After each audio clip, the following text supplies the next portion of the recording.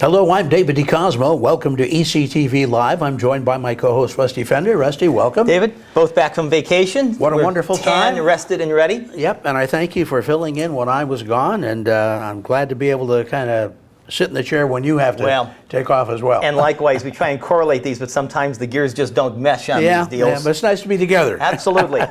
We are sort of celebrating summer with our series of programs that began today. And one of the first big events coming up is in Wilkes-Barre. It's the Wilkes-Barre River Fest 2018. And John Mayday from the Riverfront Parks Committee joins us.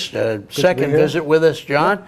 And John, one of the first things that leaps out on me is the fact that your dates, June 22nd, June 23rd, and June 24th, all coincide with the anniversary of the Tropical Storm Agnes flood in 1972, when you couldn't have a river fest because the river took over everything, flooded downtown Wilkes-Barre. That was a sensational storm, went out over the Atlantic, came back in twice, and hung over there for 7 days. That was thousands of people evacuated, and the river was not a very popular thing for quite a while around our area, and now we're celebrating the river.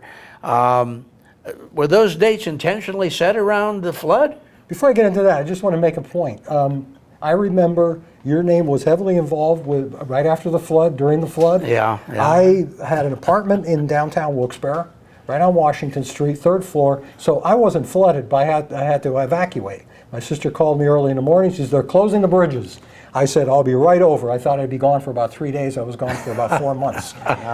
But I headed over to her place, unpacked, and heard on the news that the powers that be were looking for volunteers to come down and help sandbag. Yes. I headed back downtown again. We're back to the river. I was on the at the base of the Market Street Bridge in Kingston, on the right. It would have been on the right-hand side, right next to Kirby Park, with everyone else, full of mud, stacking sandbags. To no avail, but everyone was there. What a community event. Eventually they had to... I gave the evacuation notice. I called for the sandbagging, and my voice, not my orders. I was the public information officer for civil defense. I remember seeing the Pierce Street Bridge, now known as the Veterans Bridge. I remember seeing that break apart right in front of me as it happened. And I also remember standing outside. I had about a 3-minute advance notice, standing outside waiting for the siren to go off that pulled you folks off the sandbags. And it was a big deal. The name of General Frank Townend was a household word at that time. He was our civil defense commander. Richard Nixon came in. He stopped at the park, which is now the Cross Valley Expressway on Route 11 in 44 Kingston. When he came in, that was truly... And with this climate change now, look at this. We have tornadoes every other day, and people say that there's no such thing as climate change, global warming. It is real. Well, you mentioned that, and I just want to mention something about the mission of the Riverfront Parks Committee. Our mission is environmental education, awareness, stewardship, advocacy, and recreation. We teach about this all the time. You know, those folks, those naysayers, you know, the ice sheet melting faster than expected. That's right. When the constituents of some of these politicians in coastal areas, when that water is in their living room, exactly, they're going to be wondering, why didn't you do something about this? But getting back to the Riverfront Parks Committee, every one of our events has to have some environmental education component to it. And we run it, and we'll go over some of the schedule of some things that are coming up. Riverfest is built around that. There's a tent on Saturday, 40 by 120 feet, and it's all educational exhibits. So that's how we will fulfill that part of our mission. And I want to go over each day's events, but I want to back up about how this got started. You and I chatted very briefly before we went on the air, and this didn't start as a gigantic festival. Not at all. We started... the Riverfront Parks Committee, we came together, if you know a little history about the area, Kirby Park ran, when it was designed by Frederick Law Olmsted, the Olmsted family, premier park architects in the country at that time, back in the 20s, they designed the Arcadia National Forest and Central Park in New York City. Word. So there's history here. So there was a zoo. Right. Well, when the park, the levee was not there. Right. So it was a contiguous park that ran from the bank of the river all the way through what we refer to as the manicured area of the park. And back where the as ball far as the fields- Black Diamond Lehigh Right, Valley and- River Bridge, too. Right, back through there. Right. And there was a zoo down there. There was a bandstand down there that had a huge acoustical shell, could hold a full orchestra. Oh, my word, wow. And the foundation is still there, crumpled, but there's still enough of it there. There was a caretaker's cottage. The caretaker lived right there, and you could see the foundations of a variety of buildings that were there to house What the a animals. treasure that was. It was a treasure. That's one of the reasons we became involved. We became involved in clearing the trails, clearing trash, etc. And we were not formalized at that time. We were just a group of concerned citizens. Well, Lee Namey, who was the mayor of Wilkes-Barre at that time, he always had an interest. He was an advocate for the environment, and he liked what we were doing. So we met with him a few times. He encouraged us, and helped us develop a 501c3 nonprofit corporation. So then after that, we decided, well, you know what? Why don't we get our hand into teaching? So Riverfest. The name Riverfest was, we called it Riverfest. It was a couple of card tables in Nesbitt Park near the river with information about the environment. We had representatives from the Kings and Wilkes biology and science departments to help us out. And I remember walking through, some of us did this, we walked through the manicured area of Kirby Park and down the sidewalks, handing out flyers, 8.5 by 11-inch flyers, which is some basic information. Come to Riverfest and learn something. And boy, has it grown since then. My goodness. And we did that for a few years, and we had people come down there. We said, and then something happenstance. Opportunity meeting preparation. We were prepared to be part of something. The opportunity came when the Alliance for the Chesapeake Bay, that trip that goes on every year to draw attention to the Chesapeake Bay itself, and everything we do ends up in the Chesapeake Bay. And it's never been bigger, especially with the higher sewage plant fees. This is the Chesapeake Bay project, in case you noticed. That's right. That's right. And if some people complain about it, well, we're trying to save the planet. So stop complaining. Right. But the Alliance for the Chesapeake Bay, every year, they put on a trip along the river, 5-6 days. Some people paddle the whole time, or kayak or paddle the whole time, kayak or canoes. And different areas are chosen as the launch site, as the day that they will launch. And it's an honor to have that. So 1999, Wilkes-Barre was chosen. Ah, yes. So the Riverfront Parks Committee had already been doing some work, so this broad-based coalition from the community came together and to put this thing on, to coordinate it, and we were picked to be part of it. So we did the work, we launched everybody. I remember the politicians were there, and in their suits, and we're there in all our grubby stuff, trying to just set the thing up. And so after that was through, we came together and we met and we said, you know what, maybe we should put boats on the water. So we worked with a couple of outfitters. So the next year, we put boats on the water, one-day event, had some tents up. We were getting a little more involved, more fundraising, and it took off from there. So it has evolved from a couple of card tables to this 3-day event. Wow. And the 3 days again are Friday, June 22nd, Saturday the 23rd, and Sunday the 24th. And we're going to give you a rundown now as to what you can expect each and every day. And we'll begin with Friday, June the 22nd, and you begin in later afternoon. 5 o'clock, run from 5 till 9.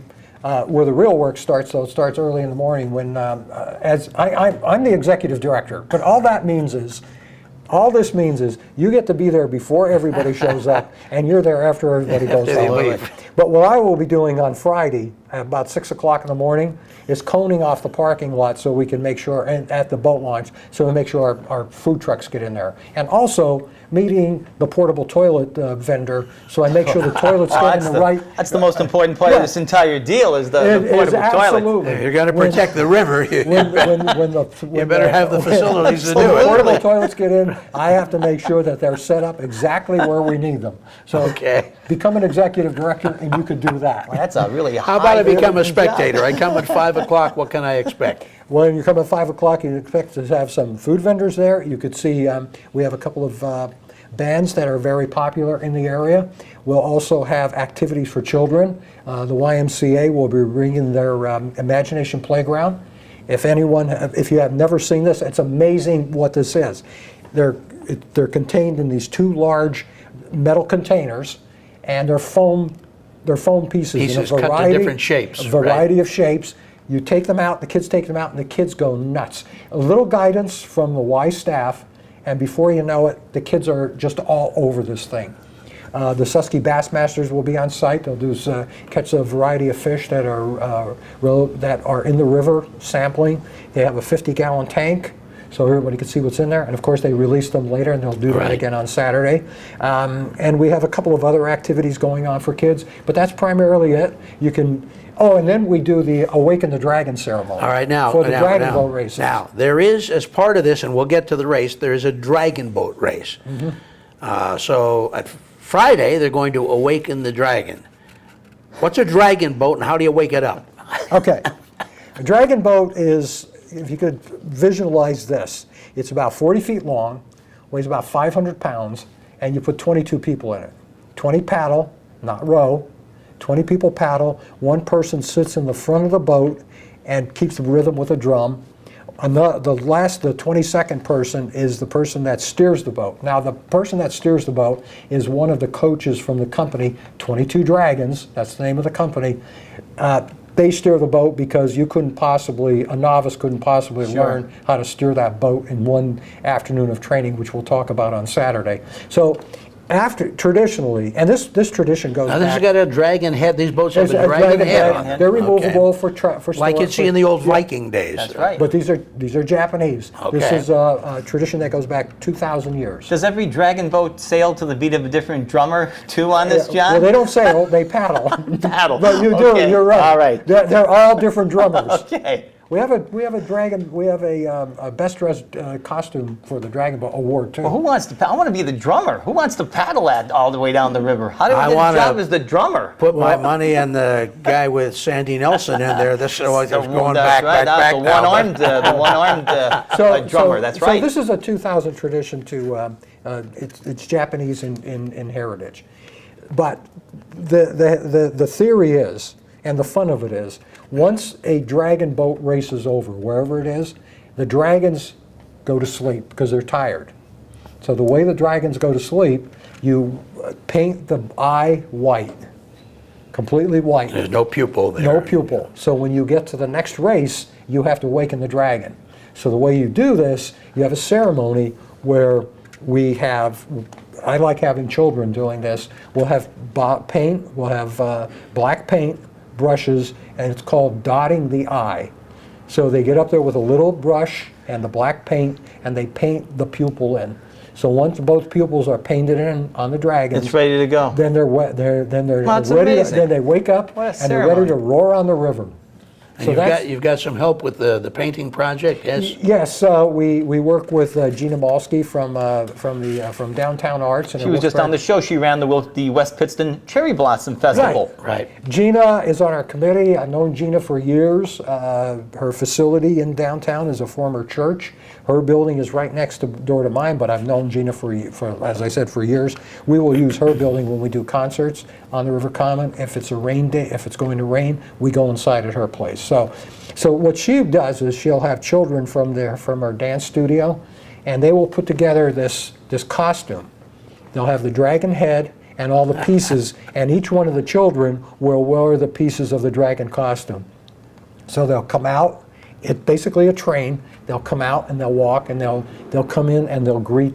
Their dragon will greet these dragons. Okay. And then we'll have some of these kids go up there and paint the eyes in. It sounds like just that opening alone sounds like a great spectator evening. And it I does. gather that if you just want to come down and watch it, there's no cost involved. Everything that's important about every event the River Parks Committee puts on, there is absolutely no charge. The only thing you will have to pay for is the food, and we have that only as a courtesy. Oh. And for the pony ride, and that's it. But there's never an admission charge. We try to keep as few charges as possible. Now, of course, that's because you can do that because you got a lot of sponsors that Well, help out and with. that's what makes all this So you're work. going to watch for their posters that'll be around, and the sponsors are all listed on those posters too, and and also volunteers. You know, I have a theory about events, and I hate using well-worn analogies, but this is basically the three-legged stool. But there are three components of it, and not one is more important than the other, because if I say sponsors, volunteers, and guests, Right. those who come, you could say it in any reverse, because without one of those, the event doesn't work. Because you could have sponsors, but maybe you put on a lousy event, and they won't come back. That's right. You could No, put that's on true, yeah. You could put on an event, and you could schedule an event, coordinate an event, if you don't have the volunteers to pull it off, because we are an all-volunteer organization. No one in the Riverfront Parks Committee is ever paid, has ever been paid. We do not have a staff. Well, this is a who's list of sponsors. You have like a Fortune 100 of sponsors, so Well, this is you're very lucky to have some big names on Well- all the big names on board. Anyone who knows anything about fundraising, and I just happen to fall into it, but I'm a former IBMer. I've been in the military. I was an Air Force medic. I worked with the federal government, and I went from all of that, somehow fell into fundraising as a matter of necessity. And the one thing I've learned over time, this is built on relationships, personal relationships. Sure. You could send as many letters as you want. You're right. And be rejected. If you're Right. not ready to make that phone call, and if you're Make the not case ready, yourself. and Yes, if you're that's not right. ready to be rejected 10 times out of that's 9 the out of 10 truth. times, then That you is don't the belong. You don't truth. belong Sure. doing that. Let's get into Saturday's events. On And a day that will live in infamy in this area, the June 23rd. the 23rd, which is the anniversary, the actual anniversary of the Yes. tropical Cygnus flood right. in 1972. And on Saturday, you're going to kick off things at noon. Noon till 5 o'clock. Okay. And but prior to this, oh, by the way, we also have 3 kayak and canoe trips as part of this. There's one on Friday that runs from West Pittston to Nesbitt Park. That's our twilight run. Starts around 5 o'clock and takes a couple of hours to get to the park. We also have one that starts on Saturday, that starts at the Harding at the Apple Tree Boat Launch, and that runs to Nesbitt. So we have to be in the park before 7 o'clock. This is after leaving at 9 o'clock. You have one less boat. You have one less bridge too Yeah. in that area now. Yeah. The Forest Castle Yeah. Lehigh Valley Bridge was torn The down. old railroad yes, trestle there, exactly. yeah. So, yeah. Yeah. So we have to be on site about 6 o'clock in the morning to get ready to greet the boaters, because we will bus them from this site, from Nesbitt Park up to the launch site, so they can park yes. their vehicles there, and then kayak and canoe back down the river. Yeah, I have to say from personal experience, if you've never boated on the Susquehanna, it's years ago now, took a canoe from the park down to the Susquehanna Steam Electric Station. And it's amazing how, even though you drive that same area along Route 11, the views are so just completely No, it's completely different. It's a completely, it's just a completely Although different one of those experience. views involves the river going downhill in what they call rapids, and I wasn't real thrilled with that part. I could only imagine. That's I think I'll stick to I'll the talk about car. that on. We do one of those on Sunday with West Nanticoke. Oh, okay. The West okay. Nanticoke But I Rapids. mean, it's a real neat experience to enjoy the river from that point of view. And you're talking about the fish, on Friday night and having the Bassmasters there. I see more and more fishermen in the Susquehanna now than I've ever seen in the absolutely. last 15 years. Absolutely. And so we'll start off the day with that part of it. Getting those boats on the water. They'll arrive somewhere in the park, depending on how high the river is and how fast it's going. They could end up there 1 or 2 o'clock in the afternoon. We always have volunteers to help take them out of the water, etc. And as I said, we have buses. We bus them to the launch site. They can leave their cars and they pick up their cars. But I will guarantee you, there will be somebody who will bring their own, because we use outfitters who will supply kayaks and canoes. Some yes. people will bring their own. Somebody is going to drive their kayak or canoe up to the launch site, and leave their car there, kayak down, and ask, how do I get my car? Exactly, yeah. Yeah, no doubt. There'll be at least one person No that'll doubt. do it, even though we're so explicit in all of our, but it happens every year. I'm sure it does. But then again, after that's our day when we have our large environmental education tent, 40 by 120 feet, approximately 40 environmental exhibitors, plus all of our sponsors have an opportunity to have a display in there. But I tell every one of them, look, you could sit there and hand out information about your company. People will be, they'll come by, they'll pick it up, they'll be courteous. But if you have something that is an activity, especially for kids, that you can somehow relate to the environment, you have to get creative, they will stop and they'll talk with you. You have a better chance of leveraging your sponsorship. But that's up to you. And you have to have the right person doing it. You can't have somebody who may be, the person who may be sitting in the back somewhere that you say you have to work on Saturday, they don't want to do it, they're going to be on their phone all the while. You're not going to have a good representation. I noticed some of the things there. A bounce house is always big with kids, a pony rides, and there is a charge for something like the pony rides, of course, and you can understand that. Guided nature walks. Yes, if anyone wants to take a nature walk, guided walk into the natural area of Kirby Park to talk about, well, the nature of it and the history of it, what's there. Because we're fortunate. This has become what's called a riparian forest or a streamside forest. And the fact that the water comes up in there on a regular basis, and I mean just low level, it isn't major, you're gonna get isn't a major flooding, but whenever that does, it's constantly changing the environment. So it had become a very unique setting. And there are some communities who spend money to try to recreate those, and we have that in Wilkes-Barre. You have it naturally. No charge. Yeah. And I would think in some of that area, you talk about the history, and you walk back in there and see a foundation, and a youngster walking back in there has no idea what that was. You explained to them that there was a zoo there at one time, and this might have been the lion's cage. And a band shell where people used to enjoy themselves on There an was a afternoon. That's bandstand truly back amazing. there. That's just it really tremendous. is. And musical presentations throughout the day? Musical presentations, we have the Three Imaginary Boys and Don Chappelle on the pickups, and of course we have we have music on Friday evening.